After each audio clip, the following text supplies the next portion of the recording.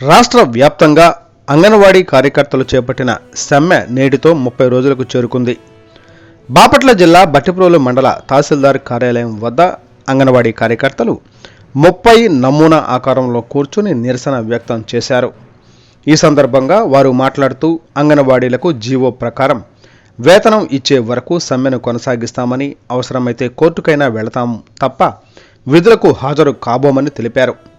ఇచ్చిన హామీలను నెరవేర్చమని కోరితే దయా దాక్షిణ్యాలు లేకుండా నాయకులు మాట్లాడుతున్నారని ఆవేదన వ్యక్తం చేశారు. వచ్చే ఎన్నికలకు అంగన్వాడీ కుటుంబాలు ఓటులతో పనిలేదా అని వారు ప్రభుత్వాన్ని ప్రశ్నించారు.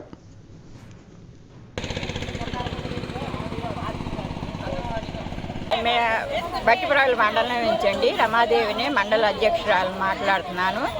ఈ రోజుతో 30 రోజులుగా మేము ఈ సమ్మె చేస్తున్నాము. మమ్మల్ని అనేక రకాలుగా ఎలా బెదిరించాలో అలా బెదిరిస్తున్నారు. ఫస్ట్ ఏమో ఉత్తర్వులు ఇచ్చారు, తర్వాత ఇప్పుడు అస్మా తీసుకొచ్చారు, అది అయిపోయింది. మూడో ప్రయోగంగా ఇప్పుడు నోటీసు అన్నట్టు చేస్తున్నారు మా సెంటర్లకు వచ్చి. అసలు మా మీద ఎలా కక్ష సాధింపుగా ఉంది, కానీ ఈ ప్రభుత్వానికి పరిష్కారం చేద్దామన్నది లేదు.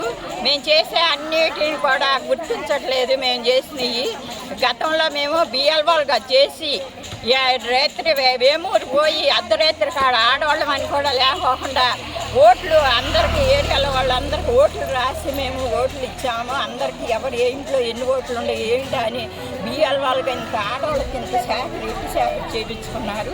ఇప్పుడు మమ్మల్ని గుర్తించట్లేదు. ఎలక్షన్ కూడా దగ్గరకు వస్తున్నాయి. ఈ రోజున సచివాలయంతో పెట్టుకునే పనులు చేయించుకుంటున్నారు.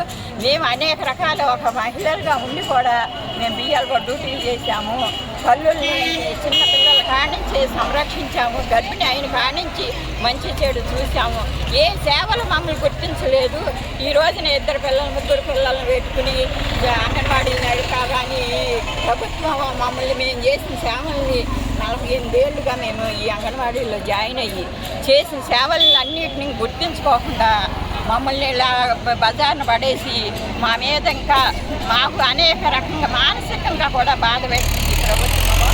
అందరూ మంత్రులు కానించి ఎవరు విధంగా వాళ్ళు మాట్లాడుతున్నారు. అలాగే మంచి పద్ధతి కాదు.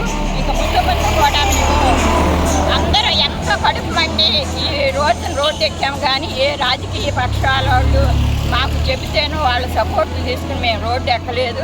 ఇంతమంది మండలాల్లో రోజుకి 140 మంది 150 మంది మండల వారిగా చేస్తున్నారంటే వీళ్ళందరూ కడుపు మంటతోనే రోడ్డు ఎక్కారు. ఎవరో చెబితే, ఎవరో మంత్రులు చెబితేనో, ఎవరో ప్రజాప్రతినిధులు చెబితేనో రోడ్డు ఎక్కలేదు. ఈ ప్రభుత్వం ఆ విషయం మట్టి బాగా గుర్తించాలని మేము చెప్తున్నా. ఇప్పటి వరకు మేము తగ్గేది లేదండి.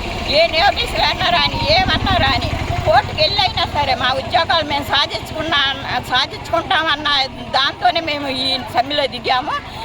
పెంచుకోకుండా మట్టి మేము వెనక్కి తిరిగేదే లేదండి.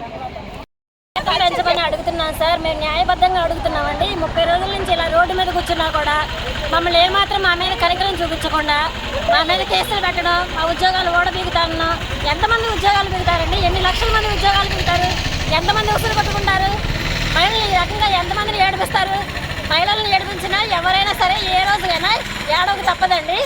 మమ్మల్ని ఏ రకంగా ఎంత బాధ పెట్టినా కూడా మేము ఈ పోరాటాన్ని ఆపేదే లేదు. మా జీతాలు పెంచుకుని మేము స్కూల్కి వెళ్తాం. ఏమైనా పర్వాలేదు, మేము ఓట్లు వేసుకొని గెలుస్తామంటున్నారు. మేము ఆ రోజు మేము ఓట్లు వేయలేదా సార్? మీకు మేము కూడా వేస్తామండి. అందరం కలిసి వేస్తే మీకు సీఎంగా సెలెక్ట్ అయ్యారు.